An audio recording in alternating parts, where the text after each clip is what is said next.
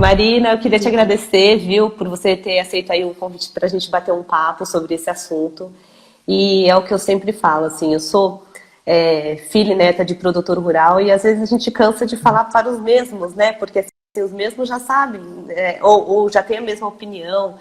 E eu gosto muito do seu trabalho, admiro muito o trabalho que você faz, tanto em relação ao meio ambiente, trabalho com a primeira infância, o trabalho que você fez também na questão da deputada Isapena, assim, eu admiro muito o seu trabalho.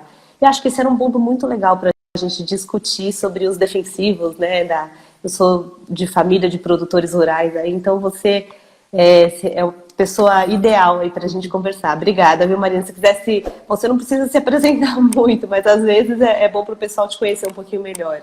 Não, super obrigada, Carol, pela oportunidade. É um prazer estar aqui falando com você, porque eu acredito muito no diálogo como uma forma de, inclusive, aproximar realidades diferentes, pontos de vista diferentes, em buscar novas soluções. E eu acho que é esse o nosso grande desafio como geração, pensar novas soluções que atendam todas as necessidades. E isso só vai acontecer quando a gente se aproximar mundos, aproximar o diálogo. Então, para quem não me conhece, meu nome é Marina Elou, eu sou formada em administração pública, trabalhei durante 9 anos no setor privado e resolvi entrar para a política. Tenho um grande pano de fundo que é a certeza que a gente tem um desafio como geração, que é pensar um novo modelo de desenvolvimento que seja sustentável, por isso que sempre trabalhei muito o tema do meio ambiente, entendendo que é sim uma vocação no Brasil, o agronegócio, e que isso tem uma possibilidade de geração de renda, de divisas importante, mas que tem, na minha visão, um grande caminho de como a gente pode fazer isso de outras formas, melhorar.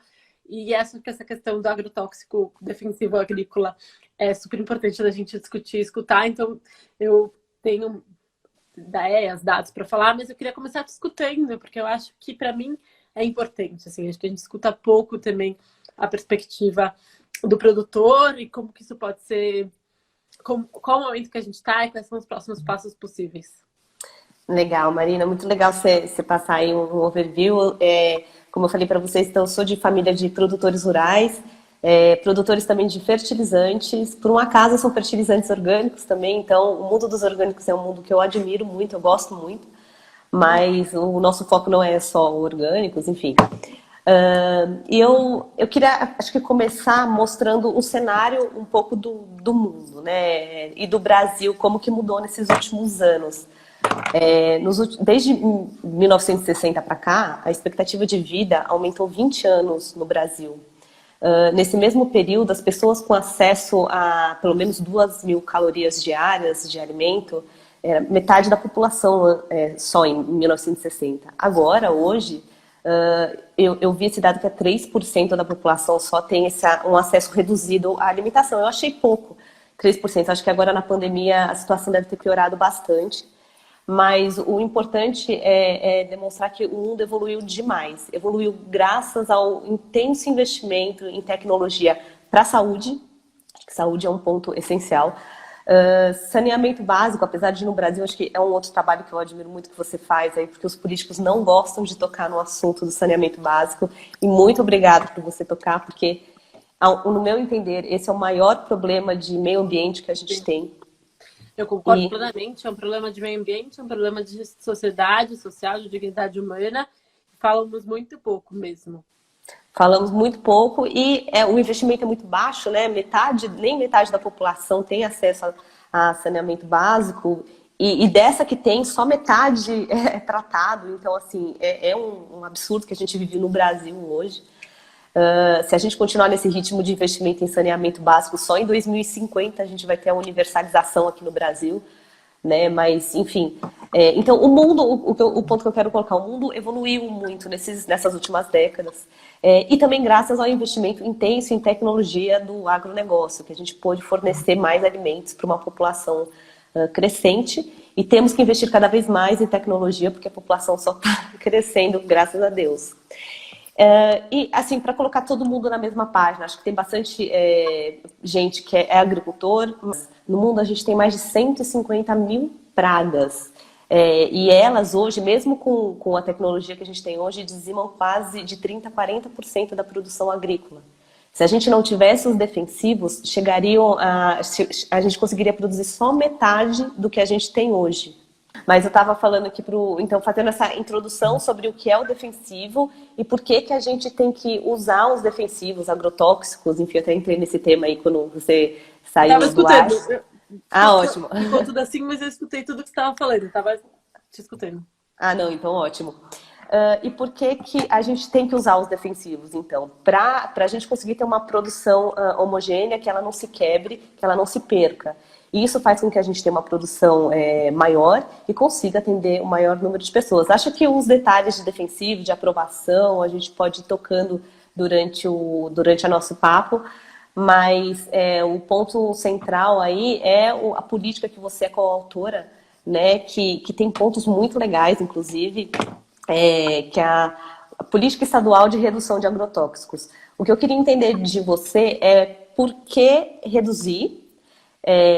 Acho que a gente tem que tornar cada vez mais tecnificado, tem que achar alternativas. Eu sou totalmente a favor. Inclusive, eu te falei que a gente tem fertilizantes orgânicos, né?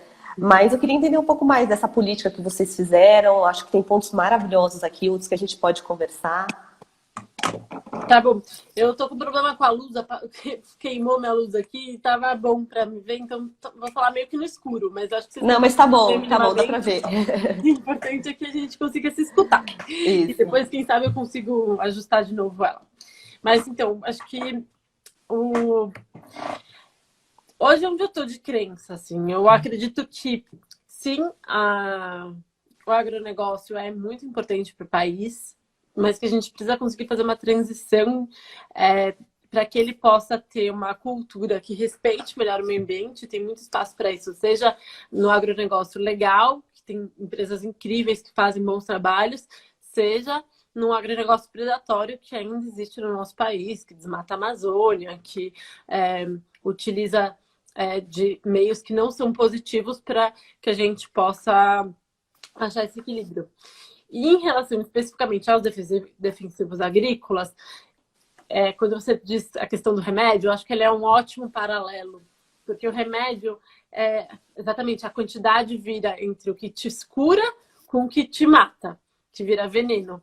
E eu acho que esse equilíbrio entre o quanto que a gente utiliza esses elementos químicos para a nossa produção e o quanto isso também pode ser prejudicial ao consumo humano e ao meio ambiente, ele tem que estar sempre no nosso horizonte. A gente tem que estar sempre discutindo e aprofundando, buscando cada vez mais novas tecnologias que permitam que a gente possa ter cada vez menos risco, seja para o ser humano, seja para o meio ambiente, e mantendo uma boa produção. E eu acho que esse é um grande norte no mundo inteiro de discussão, de pensamento, de como que a gente evolui e avança nesse tema, porque a gente sabe que, ainda que hoje ele seja extremamente necessário, ele tem, sim, um impacto negativo e pode ter muito da forma que ele é utilizado ou do quantidade, forma de utilização, que pode ser negativo para o meio ambiente e para o consumo humano. Então, quando a gente coloca a política estadual de redução de utilização de agrotóxicos, que a gente chama de PERA, ele tem muito essa busca por trás de como que a gente traz mais tecnologia, mais utilização de novas formas biopesticidas, que permitam que a gente possa avançar numa agricultura com menos risco de contaminação. Daí, quando a gente começou esse post, até nessa discussão, falava muito da contaminação da água. E como eu tenho muito a pauta da água e saneamento básico, é uma pauta que eu acompanho mais de perto. E hoje a gente tem elementos que muito da nossa água ela é contaminada porque a gente usa o agrotóxico de uma forma, o defensivo, o agrotóxico de uma forma tão... A gente usa os defensivos agrícolas de uma forma tão desregulada que ele se torna agrotóxico. Eu acho que esse é um pouco esse equilíbrio entre a mesma ferramenta, o mesmo elemento. Ele pode ser um defensivo agrícola importante para ampliar a nossa produção e gerar recursos, e ele pode virar um agrotóxico prejudicial para o ser humano e para a produção. Então, acho que esse é um primeiro equilíbrio de busca. Acho que a questão da segurança alimentar ela é muito importante, ela precisa estar de pano de fundo também. Quando a gente tem uma situação de monocultura muito forte por meio das commodities, isso é verdade. Quando a gente olha realmente para o agronegócio com a questão da soja, cana-de-açúcar, a gente entende também que é um caminho que a gente precisa achar esses equilíbrios. Porque, por outro lado, são produtos que geram recursos que é importante para o Brasil. E como que a gente vai buscando esses equilíbrios? Eu acho que esse é o grande desafio que a gente tem agora. Quando a gente fala uma política de redução de agrotóxicos, eu gosto, porque não é uma política de eliminação de defensivos agrícolas, que a gente não use mais e proíba. Porque eu entendo que essas políticas podem ser panfletárias e trazer manchete, mas elas não são reais. A gente não consegue hoje acabar com os defensivos agrícolas agrotóxicos porque a gente precisa deles. E eles são bons em várias medidas. Mas a gente pode, sim, reduzir. E quando a gente fala em reduzir, a gente traz uma necessidade de uma gestão mais eficiente e de tecnologias mais inovadoras. Eu acho que essa é a grande provocação que está por trás. Não, você falou pontos aí essenciais, Marina, porque é justamente isso. Para a gente ter uma ideia de como foi a evolução dos defensivos quimicamente, né? Eles são produtos que nos últimos 40 anos, por eles terem evoluído muito na sua eficiência, o produtor precisa muito menos de defensivos do que voltou a luz, do que há 40 anos atrás. Então, foi uma redução drástica por conta da evolução da tecnologia nos defensivos. E eles se tornaram 160 vezes menos tóxicos. Então, um ponto importante é que assim, a indústria se esforça para fazer produtos cada vez menos prejudiciais para o meio ambiente e para a nossa saúde. E aí, tem um gargalo muito importante aí que vale a gente destacar no Brasil e que a gente tem que lutar muito. Nos outros países, eu sempre vou falar dos grandes concorrentes do Brasil no agronegócio, tá? Aqui, Estados Unidos, Argentina e Europa. Eles, nas suas Anvisas da vida, lá nos seus órgãos de aprovação, eles demoram cerca de 2, no máximo a 3 anos para fazer a aprovação de uma nova fórmula de defensivo, né? Que seja boa e viável para a produção deles, local. Aqui no Brasil, o processo demora só para passar em 3 órgãos, tá? Porque passa na Anvisa, no IBAMA e no MAPA, né? Então faz a avaliação agronômica, a avaliação de meio ambiente, a avaliação toxicológica. Para passar nesses 3 órgãos demora cerca de 8 anos. Então quando a gente compara, o europeu está com um produto que é no mínimo 5 anos mais novo, mais estudado, mais trabalhado do que o nosso. Então, ou seja, a gente está super atrasado em produtos, não quer dizer que a gente só tenha produto ruim aqui, claro que não. Mas esse processo de aprovação ele tem que ser extremamente rígido, porque a gente confia nesses órgãos, a gente confia na Anvisa para tomar vacina, né? A gente vai confiar também nesses órgãos para aplicação de defensivos. Então, uma vez que o produto está aqui dentro, está aprovado, claro que ele sempre tem que passar por novos testes, enfim, mas a gente tem que acreditar que ele é seguro.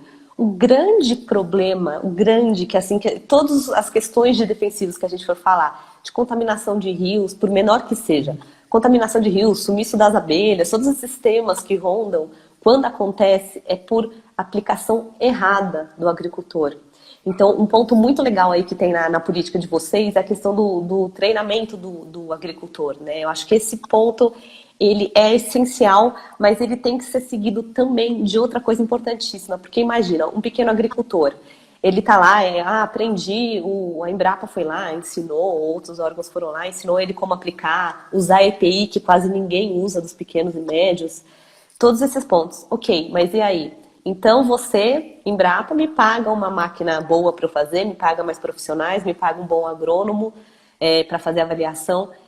Crédito rural para pequeno e médio produtor, principalmente para os pequenos, é algo que assim é essencial, aliada com esse treinamento. Então acho que são 2 pontos cruciais aí que a gente tem que pensar. A questão do crédito eu não vi na lei de vocês, nem sei se teria como encaixar uma coisa dessas, mas a questão do treinamento eu vi que é muito legal, e treinamento para os orgânicos também, que eu acho que eu conheço muito da produção orgânica, tem grandes produtores orgânicos incríveis aqui no Brasil, mas a grande maioria dos produtores orgânicos são pequenos produtores, pequenas famílias produtoras que também não têm acesso a treinamento. Então, acho que isso tem que andar em paralelo, esses 2 lados. Mas isso é um ponto importantíssimo que você falou de treinamento técnico para os agricultores. Eu concordo plenamente. Eu queria voltar no ponto que você trouxe da Anvisa, trazendo mais uma provocação, que é a gente demora 8 anos para permitir um novo produto ser comercializado, então entrar, e a gente tem um delay ainda maior para tirar um produto de circulação. Se a gente começa a ter estudos mais avançados, que um produto já não faz tão bem, ou tem uma toxicidade que não é necessária, já tem outras tecnologias melhores, a gente não consegue tirar ele de circulação, porque daí ele já, de alguma forma, é comercializado no país e demora muito mais. Então, a gente não só demora para ter novas tecnologias, como a gente tem tecnologias que já são completamente banidas, tanto na Europa quanto nos Estados Unidos, que já são mais permissivos do que a própria Europa, e a gente continua utilizando aqui. Então, os órgãos terem uma celeridade maior nesse tema, para mim, é fundamental. É uma discussão que a gente discute junto com a Frente Parlamentar Ambientalista, tanto no Congresso Nacional como no Senado. A política de redução de agrotóxicos nacional tem muita conversa com a política que a gente propôs aqui no Estado, e essa é uma frente super importante de trazer mais celeridade para os órgãos, porque para todos os lados, o lado do agricultor e o lado do meio ambiente, é super necessário que a gente tenha tecnologias mais avançadas e não pode ser os órgãos estatais que barrem esse processo. Então, acho que esses dois lados, tanto que para a gente ter acesso a novas tecnologias, como a gente barrar tecnologias que já não são positivas comprovadamente, é super importante. A questão de como que a gente leva mais conhecimento e crédito também faz parte da nossa lei. Acho que a própria Secretaria de Agricultura aqui do Estado de São Paulo tem feito um trabalho legal com o pequeno e médio agricultor de levar mais informações. Eu acho que isso é super importante, mas a gente precisa levar realmente as possibilidades de crescimento para eles. Quando você fala de crédito, o Brasil é um dos países que tem maior crédito agrícola no mundo, só que ele continua muito concentrado para os mesmos produtores. Para os grandes. Para os grandes produtores. Conseguir trazer essa pulverização, a melhora na segurança alimentar, permite que a gente possa ter outros tipos de culturas, né? E inclusive mais tecnologia para que a gente possa ter uma diminuição desses defensores. Então, eu concordo plenamente com isso. Acho que é uma pauta interessante que a gente pode encampar com um grupo mais amplo, porque concordo muito que quando a gente consegue trazer pessoas que pensam diferentes, que geralmente estão em lados diferentes, juntos para avançar um tema, ele tem muito mais força. E crédito para o pequeno produtor, com certeza, deve ser um deles. Mas eu tenho uma pergunta que eu queria te falar, que eu acho que é bastante polêmica, que a gente discute bastante ali no mandato, que é em relação à pulverização aérea. Que a gente sabe que hoje na Europa ela é proibida. Muito dessas questões em relação a contágio, contaminação de lençóis freáticos ou de animais específicos de flores ou até de outras culturas, hoje no Brasil, hoje aqui em São Paulo, acontece por conta dessa pulverização aérea, que é mal feita. Existe já uma lei em Pernambuco que proíbe a pulverização aérea, mas é um tema bastante polêmico. Eu queria ouvir sua opinião. A questão da pulverização entra junto naquele outro tema que a gente já estava falando, treinar o agricultor. Em muitos países ela também é proibida porque vai fazer pulverização na Suíça, você levanta o avião e baixa no mesmo segundo, porque são fazendas pequenas, propriedades pequenas, e eles não têm aqueles espaços de vazio em volta, em torno da propriedade rural. Então tem várias regras para você poder fazer a pulverização aérea, que geralmente são em grandes fazendas. Então, de novo, a gente volta para seguir as regras. Se o produtor seguir todas as regras de legislação de meio ambiente, que é outro ponto legal da gente falar, as leis de meio ambiente, a Política Nacional de Preservação do Meio Ambiente aqui do Brasil é a mais, a gente não pode falar mais, mas é uma das mais rígidas do mundo, graças a Deus, tem que ser. O ponto e ela é muito seguida, só que o ponto a gente volta de novo, é o agricultor pequeno saber utilizar a saúde, saber conseguir seguir as leis, né? Porque muitas vezes ele quer seguir a lei, mas ele não tem capital, ele não tem como seguir essas regras. Mas pulverização, mais uma vez, seguindo todas as leis, seguindo todas as regras, ela é feita de forma segura, mas tem que seguir regra e tem que ficar em cima fiscalizando. Um ponto importante que você comentou também é dos defensivos que são aprovados em outros países, são rechaçados em outros países, não são aprovados e são permitidos no Brasil. Eu concordo 100% que assim, na mesma velocidade que a gente tem que permitir defensivos melhores, a gente tem que eliminar defensivos piores. Isso sem dúvida, uma coisa vai alimentando a outra. Mas os produtos permitidos na Europa. O que acontece? A grande maioria das indústrias, elas vão solicitar a aprovação de um defensivo, por exemplo, da cana-de-açúcar. Ela não vai ter que solicitar esse defensivo lá na Suíça, que não produz cana, ou em algum outro país que não produz. Então, não ser permitido não quer dizer que é algo ruim.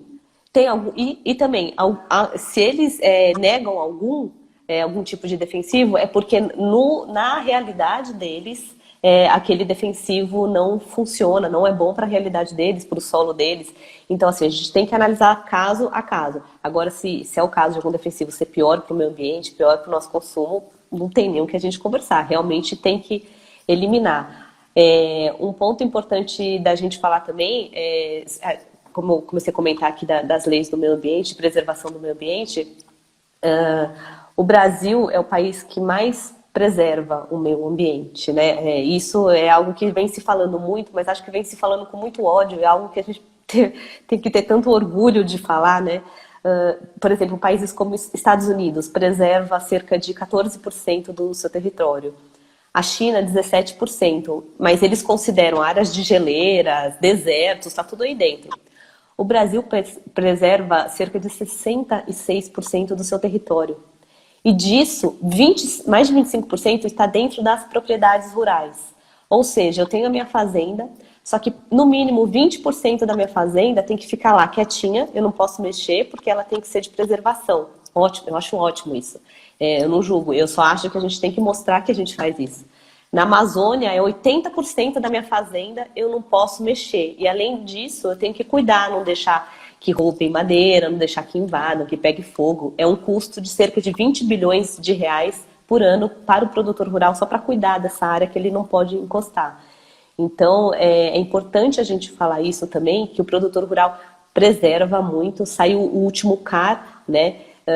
Que a Embrapa fez uma avaliação super legal falando justamente sobre isso, quanto que o agricultor preserva, o quanto que o Brasil preserva, e realmente os problemas que a gente vem a ter, esses problemas enfim, de desmatamento ilegal, isso daí é criminoso, não é agricultor. Isso daí é outra conversa. O agricultor mesmo, ele preserva, ele tem que preservar, porque ele tem uma longevidade. E outra, ele precisa vender, o produtor brasileiro, ele vende para a Europa. Então, a quantidade de defensivo utilizada tem que ser também dentro dos limites europeus, porque ele está exportando nos limites americanos. Então, tem todo um controle extremamente rígido. Se você quiser colocar mais algum ponto, você me fala, que é um assunto que eu adoro, então eu vou comentando. Eu tô, assim, se eu preciso de um segundo, eu acho que está dentro do carro. Eu concordo super, né, que tem essa questão de... A legislação ambiental brasileira, ela é muito boa. Ela foi construída de uma forma participativa muito intensamente e a gente conseguiu avançar bastante. O que acontece é que ela nem sempre é cumprida, que a gente falou aqui bastante. E quando ela não é cumprida, ela tem um impacto muito grande e que ainda assim a gente precisa entender como ela ser não só melhor atendida e cumprida, mas como que a gente pode gerar mais valor a partir disso para todas as pessoas, porque preservar o meio ambiente gera valor. Quando a gente sabe, a gente tem um lençol freático, água, a gente não vai ter um agronegócio tão potente se a gente não tiver um regime de chuvas inteligente que depende da Amazônia, se a gente não tiver um lençol freático limpo, se a gente não tiver animais, abelhas, se a gente não tiver todo um ecossistema. Então, essa conexão ela é super importante, ela faz falta, eu acho que a gente trazer mais essa conversa, conectar esses mundos e permitir que isso faça sentido, para que tanto as leis sejam cumpridas, que não haja desmontes, e hoje a gente infelizmente tem visto desmontes em vários órgãos ambientais, em várias legislações que são, no final do dia, prejudicial a todo mundo, inclusive ao próprio agronegócio, que vai sofrer com esses impactos ambientais, entendendo que gera valor. Então, a gente tem leis ou tecnologias como o pagamento por serviços ambientais para cidades, municípios ou agricultores que conseguirem manter e cultivar suas áreas verdes. Ali é um mecanismo super importante, porque a gente começa a valorizar essa externalidade. porque hoje preservar o meio ambiente é uma externalidade positiva para todas as pessoas, que tem qualidade do ar, qualidade da água, só que ela não é remunerada, ela não gera valor, ela não tem um incentivo adequado para isso. E a gente precisa avançar para isso, para que a gente possa ter os incentivos corretos para a preservação, para uma externalidade positiva que é para todas as pessoas e para que a lei seja de fato cumprida. Então, aumentar o risco e a pena para quem não cumprir a lei, né? Sem dúvida. Não, você falou uma coisa muito legal aí, porque geralmente é aquilo que a gente comentou no início, né? Eu quis muito conversar com você porque geralmente é uma outra visão. E você comentar da importância de incentivar quem preserva o meio ambiente é essencial, porque faz bem para todo mundo. E o agricultor, o escritório dele é céu aberto, então para ele importa muito mais do que para a gente, né? No caso aqui, bom, minha família também é de agricultores, mas o meio ambiente está em equilíbrio. Então, sem dúvida que é o que ele vai querer mesmo.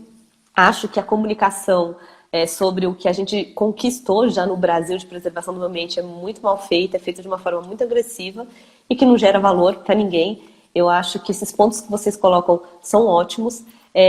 Tem um ponto também que eu notei na lei que você é coautora, sobre que eu acho que também é importante a gente notar, que precisa de muito... A gente tem que incentivar, claro, a agricultura orgânica, tudo, que ela se torne viável, porque hoje, como que é o agricultor orgânico? Geralmente precisa-se de mais espaço, mais utilização de água, de energia, precisa de muito incentivo de educação para que aquela produção orgânica se torne rentável para o produtor. E uma produção orgânica muito bem feita vai gerar produtos que ele vai conseguir ganhar mais em cima, né? Então, hoje o produto orgânico ele acaba sendo mais caro. Vai ser ótimo se esse nicho se tornar algo maior também, ele se torne mais viável para toda a população, mas hoje ele ainda é caro, né? A gente vê isso nas gôndolas. E é uma produção que acaba sendo menos sustentável e que a gente tem que tomar cuidado também, porque o produto orgânico, uma vez que ele não usa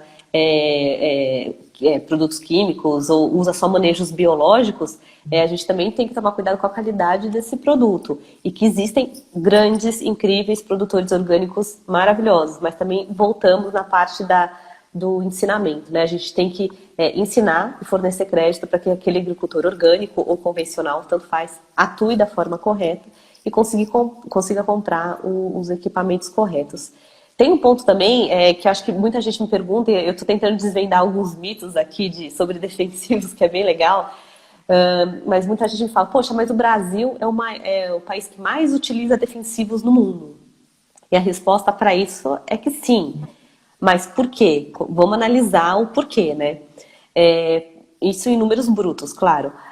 O Brasil, dos grandes competidores aí no mercado do agronegócio, ele é o que tem clima tropical. Os demais, Argentina, Estados Unidos, Europa, tem clima temperado. Então, no nosso clima, a gente consegue ter até 3 safras na mesma fazenda. Então, você imagina ter 3 safras, a gente acaba, em números absolutos, consumindo mais insumos em geral. Consome mais energia, consome mais água, mas é porque a gente produz muito no mesmo espaço. Mas qual que é a forma correta da gente avaliar esse valor? Qual é o país que usa mais defensivos por tonelada produzida? Porque o que importa é quanto se usa por quantidade produzida, né? O Brasil não é nem o 10º. Então, o primeiro é o Japão, porque eles vivem no ovo de uma ilha e eles precisam produzir para muita gente. Então, eles precisam de uma produtividade grande.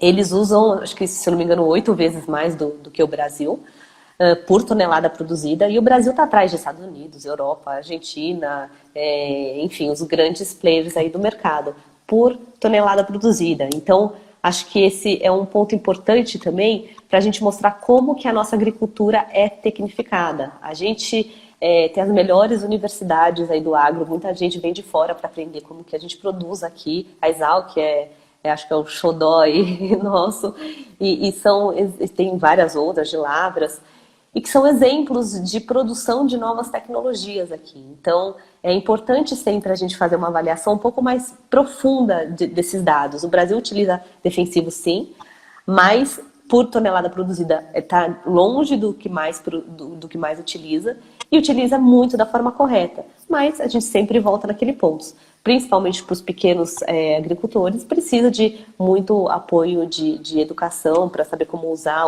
EPI, Então, tem vários pontos aí que a gente precisa anotar. E eu acho que na lei que vocês descreveram, fala muito sobre isso. Mas vale também um ponto de atenção de focar também. A gente tem que estimular a agricultura orgânica, que vocês falam bastante, mas tem que ser uma agricultura orgânica acompanhada de técnicos. Porque tem muita gente produzindo orgânico, muito assim, né, num nicho, né, porque são poucos produtores,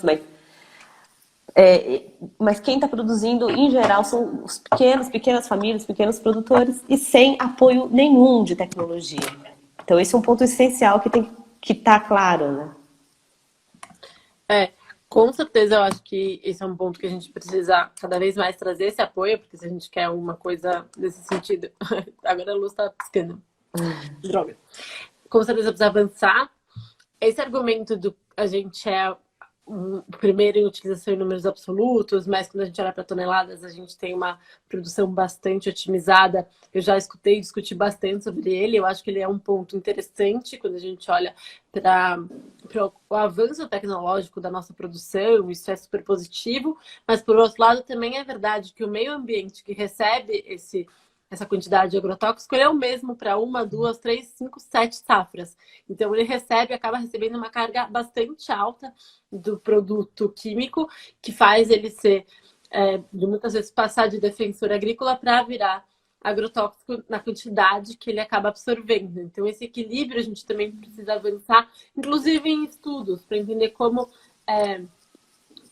a mesma tecnologia que a gente tem, entendendo que a monocultura unicamente ela é prejudicial para a própria produtividade da terra. Então, quando que a gente troca de cultura para que a terra se fortaleça, como que a gente também olha esse olhar, olhando para essa questão de quanto está sendo absorvido desses defensores agrícolas para que eles não se tornem agrotóxicos, porque ainda que a produtividade seja muito positiva no Brasil, o quanto que a terra, o quanto que a água, o quanto que o lençol freático está absorvendo ainda é uma quantidade muito alta.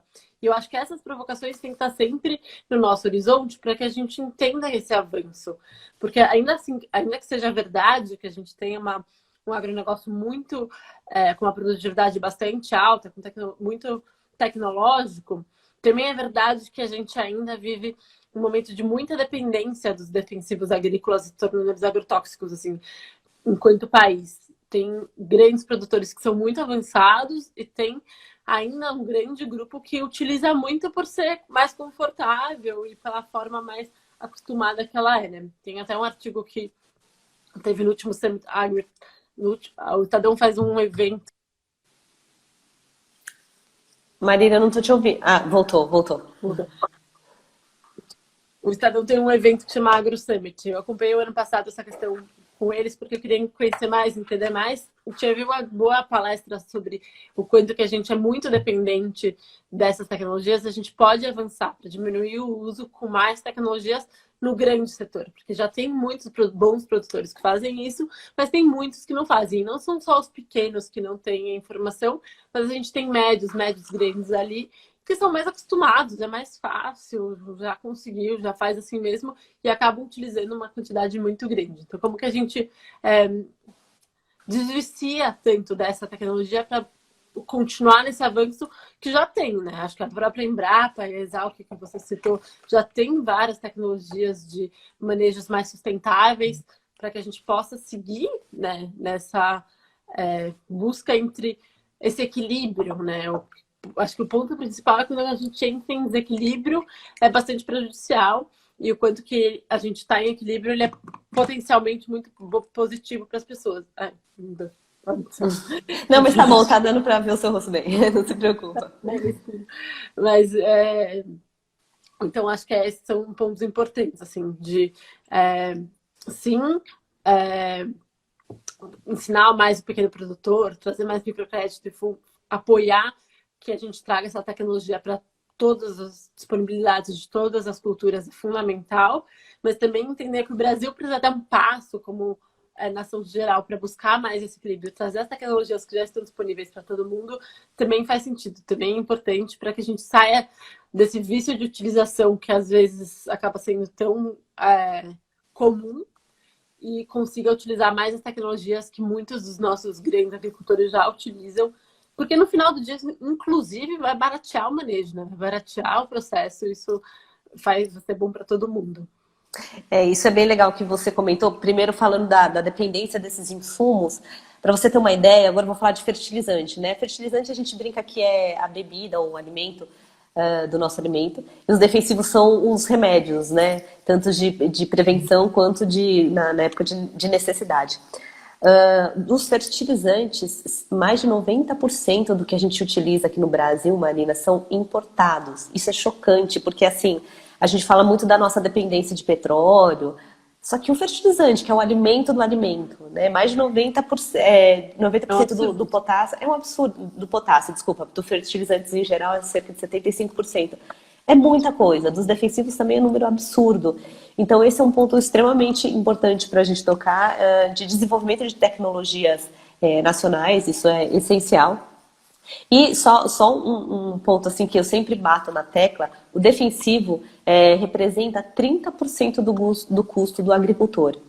Então, para ele gastar, assim, ele vai ficar extremamente feliz se tiver uma alternativa.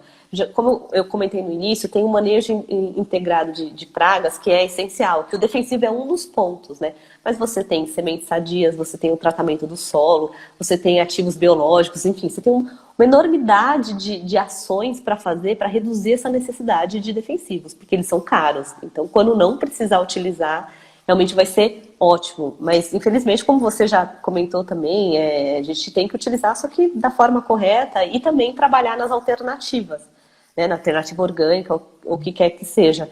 Então, acho que isso é um ponto extremamente importante que você comentou. E sobre contaminação de rios, que acho que foi bem no post de contaminação de rios, que eu queria ouvir um pouco mais de você, porque eu fui dar uma pesquisada, esse era um tema que eu ainda não tinha no detalhe. Eu recebi de um grande amigo meu aqui uma entrevista do pessoal de um engenheiro químico, até tem o nome dele aqui, Nelson Menegon. Ele é engenheiro químico da CETESB, comentando sobre como que é feito esse acompanhamento, né, da contaminação dos rios. A CETESB tem 800 pontos de avaliação, 500 de cursos superficiais, e 300 de cursos profundos, né, de poços mais profundos. E é feito entre 1 e 2 vezes por ano esse acompanhamento de toxicidade da água. E eles comentaram que tem que tomar muito cuidado quando se fala de defensivos na água para informar da maneira mais correta. O que acontece? Quando se encontra defensivos na água, em uma quantidade extremamente inferior ao limite permitido, porque tem um limite permitido. Então, é uma quantidade extremamente pequena, que não causa riscos para ninguém, nem para a fauna, nem para a gente, né, que vai utilizar a água. Mas a tecla que ele bate muito nessa entrevista é quem utiliza o real problema da contaminação dos rios, a gente sabe, e esse eu falo de novo, porque eu acho incrível uma deputada estar trabalhando em cima disso. O grande problema é o saneamento. É o saneamento das cidades, e principalmente de casas, né? Das indústrias já não é um problema tão grande, mas é o saneamento básico. Então, esse é um problema que tem que bater mesmo na tecla. Só estou comentando essa questão da contaminação dos rios, porque foi o post que chamou para a gente bater esse papo. Eu acho que era super importante. No próprio post, ele salienta isso, né? Que é o primeiro disparado é o saneamento básico. O post diz respeito a um estudo que saiu da Fiocruz, e ele é nacional. Acho que aqui no estado de São Paulo a gente consegue ter uma qualidade um pouco mais avançada, tanto da utilização dos defensivos agrotóxicos, quanto do controle da água. A gente acompanha bastante o trabalho da CETESB. A gente tem acompanhado nos últimos anos um decréscimo bem significativo na qualidade da água que a gente tem aqui no estado, em todos os lençóis freáticos, em todos os pontos de acompanhamento, principalmente pela questão do saneamento básico, isso está claro, mas também pela má utilização dos agrotóxicos e defensivos agrícolas no estado. A gente tem visto um maior, mas aqueles dados são nacionais e nacionalmente a gente tem uma situação pior do que o estado de São Paulo, nos dois quesitos. Tanto na questão do saneamento, que é ainda muito pior do que o estado de São Paulo. O estado de São Paulo é o estado mais rico, a gente tem uma cobertura bastante significativa de coleta, que chega a quase 90 e tantos por cento, muito mais do que o Brasil inteiro, que é quase menos 50% tem coleta, mas a gente ainda trata só 60%, né? 40% do esgoto não é tratado, então é super grave.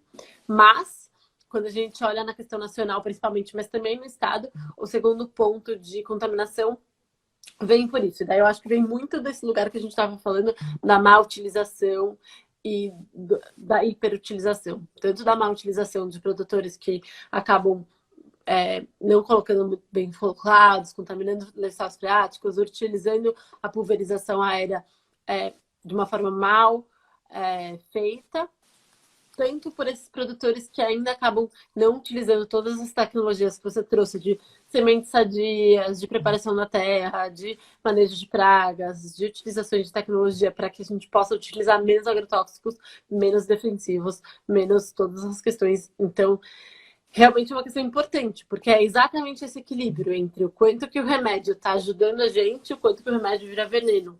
E isso a gente pode fazer essa discussão sobre todos os químicos que estão na nossa vida, né? Inclusive os remédios mesmos. Mas eu acho que dentro dessa questão que é tão importante para o Brasil se torna um pilar mundial de exportação de grãos, por exemplo, a gente precisa fazer essa discussão com mais frequência. Ah, sem dúvida, concordo 100%. E tem que chamar o setor para discutir junto, porque eu acho que é de interesse de todos. Você pode ter certeza disso, viu, Marina? E eu acho que a minha informação, assim, meu ponto principal que eu queria deixar aqui para todo mundo que estiver assistindo, como filha e neta de produtores rurais, é que nós consumimos alimentos saudáveis. Não sou eu que estou falando isso. A Anvisa tem um programa que chama, tô lendo aqui como chama o Programa de Avaliação de Resíduos de Agrotóxicos. Eles chamam de agrotóxicos lá. E nesse programa, deu-se que, muita gente fala, poxa, deu que 23%, inclusive nas notícias, são 23% dos nossos alimentos vão matar a gente vai morrer. Não é assim, né? Mais uma vez, a gente tem que analisar os dados com mais profundidade.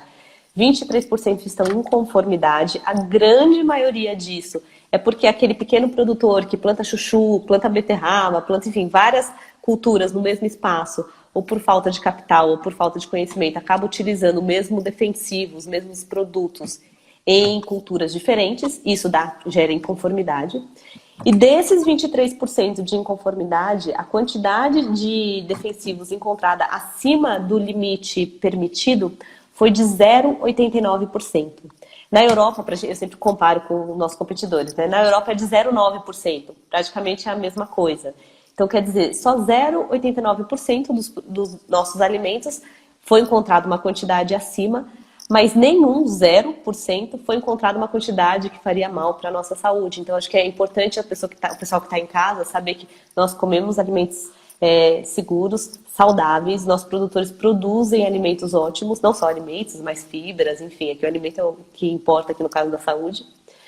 Mas eu concordo 100% com você, então acho que esses pontos da gente treinar mais o agricultor, fornecer mais crédito, achar alternativas viáveis para o produtor de orgânico, enfim, todos isso tem que andar em conjunto, né? Então eu quero deixar aí meus parabéns para vocês pela política que vocês fizeram. Acho que tem uns pontos legais de colocar principalmente a questão do crédito aí para o agricultor rural, não sei se seria nessa, em outra. Mas e também quero te agradecer muito pela abertura, que eu tenho amigos que são seus amigos também e falam que você é super aberta e gosta de conversar sobre esses temas de uma forma bem ponderada. Então, parabéns pelo trabalho, viu, Marina, não só nesse tema, em outros. E acho que o meu ponto eu coloquei aqui que a gente está comendo bem, tá? Não é para o pessoal se preocupar, mas é importante ficar em cima para que a gente esteja cada vez mais seguro. Concordo 100%. Tá bom, Carol, eu acho que a gente pode continuar falando sobre um projeto de... Ai, tá tocando tudo aqui. De como que a gente pode trazer mais descentralização do crédito para o produtor agrícola. Hoje ele é muito concentrado em poucos agricultores, eu acho que isso pode ser uma discussão bem legal, a gente pode pensar um projeto de lei, vou colocar aqui para minha assessoria para a gente pensar um pouco mais nisso, acho que pode ser bem interessante, uma forma de caminhar. Acompanho um caso no Rio, a produção de arroz do Rio Grande do Sul é um caso super legal de acompanhar na redução de utilização de agrotóxicos, até que, né, defensivos agrícolas, até que eles conseguiram um manejo hoje muito interessante. Não chega a ser 100% orgânico, mas é um caso muito interessante de acompanhar. A Eu produção fui de lá arroz do Rio visitar, Grande do Sul. é bem interessante. Ah, você foi? Foi. Ai, que Fui bom! eu fui no assentamento lá e realmente é bem legal a forma que eles trabalham lá. E, de fato, não é uma coisa que foi rápida. Foi uma coisa que foi construída com tempo e eu acho que essa é a principal clareza que a gente tem que ter. São processos que vão sendo melhorados, que vão sendo discutidos, tendo no horizonte qual é o melhor equilíbrio para todo mundo, para que a gente possa avançar.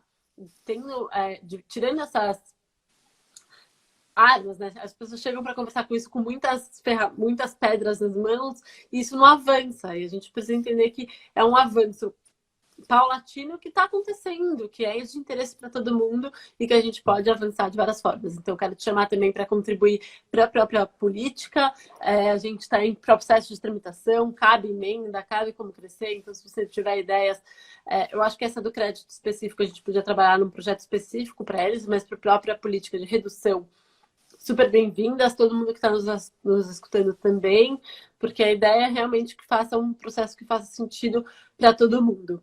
Finalizando, entendo super, acho que é importante a gente salientar que nosso alimento é, sim, seguro e saudável, que isso, às vezes, na comunicação fica torto.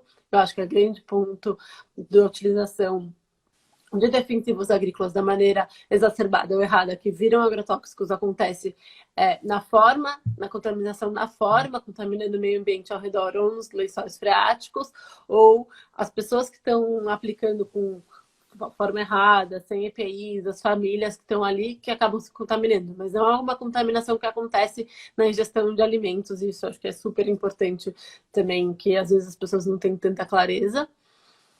Mas ainda assim, tem uma pergunta sempre me dizem, mas o tomate e o morango é importante lavar muito. E o pimentão. Falam do pimentão também. Eu nem sei, isso daí eu deixo para você responder, eu lavo muito mesmo, porque eu já não sei, é melhor lavar, mesmo lavo. Mas entendo que o alimento no geral é bem saudável. Acho que a gente tem essa discussão de segurança alimentar também, como que a gente traz mais incentivos para a produção de alimentos de uma forma mais equilibrada, porque hoje um incentivo maior é que a gente possa produzir e exportar, ainda mais com o dólar quase 6, então realmente o incentivo para soja, para exportação é muito alto. Como é que a gente pensa políticas públicas que tragam incentivos para uma cultura mais diversificada e que traga maior produção de alimentos? E, de novo, o caso do Rio Grande do Sul é legal, com arroz. E, enfim, acho que é isso. Fica o convite aberto para todo mundo que quiser contribuir, tanto com a política quanto com outros projetos de lei, que a gente possa caminhar nesse horizonte de buscar melhores equilíbrios para todo mundo. Legal, Marina. Eu quero te agradecer de coração. Falar para o pessoal também que eu vou disponibilizar esse vídeo. Eu tenho um jornal no YouTube com o José Luiz Tejon, chama Jornal do Agro. Então eu vou disponibilizar o link lá também para todo mundo acompanhar de novo. Se tiver mais dúvidas, perguntar. Assim, o legal é que ninguém é dono da razão, né? A ideia aqui foi chamar para bater um papo. Eu aprendi muito e quero te agradecer também por ouvir super de cabeça aberta, assim, me ensinar também super de cabeça aberta. Obrigada, viu, Marina? Imagina, Carol, obrigada a você. Quero só responder ao Léo Leone, que estava colocando aqui da importância de ter esse debate com técnicos. Não era proposta aqui, eu não sou técnica em agrotóxicos, né? Acho que nem a Carol. Nem eu. Uma conversa importante de proposta, de pensar políticas, pensar encontros de diálogo sobre o tema, mas dizer que toda a nossa política, tudo que a gente faz, a gente sempre se embasa, sempre conversa com muitos especialistas e técnicos na área. Concordo bastante com essa importância da gente sempre trazer essa questão. A própria política de redução de agrotóxicos, a gente trouxe muitos técnicos para falarem na audiência pública que a gente fez. Foi bastante longa, inclusive eu já me perdi uma hora em alguns termos técnicos, mas acho que é importante a gente também buscar sempre essa busca entre uma conversa técnica com todas as pessoas que têm especialistas, mas também buscando diálogos, expandindo essa conversa para a sociedade como um todo, porque no final, eu tenho uma certeza que é o nosso desafio buscar um novo modelo de desenvolvimento que tem que ter pontos e diálogos amplamente conversados. E esse é um tema hoje muito nevrálgico, assim, na construção brasileira. O agronegócio é um pilar no Brasil e a gente precisa falar sobre isso de uma forma mais ampla e acessível. Então, acho que foi ótimo. Queria te agradecer pela oportunidade, Carol. Eu que quero te agradecer, Marina, e estou disponível também porque você quiser e também quando vocês tiverem a lei tudo certinha para a gente divulgar também no Jornal do Agro, acho extremamente importante também a gente. Bom, estamos todos na mesma causa, né? Então, muito obrigada de coração, Marina, e qualquer coisa estamos por aqui, viu? Obrigada. Tá bom, e vamos construir juntos esses projetos de lei do crédito. Acho que pode ser legal. Vamos, vai ser um imenso prazer, porque eu acho que é uma das espinhas aí para a solução, assim, dessa questão aí que a gente está falando. Obrigada mesmo, viu, Marina? Imagina, um beijo. Beijão, tchau, tchau.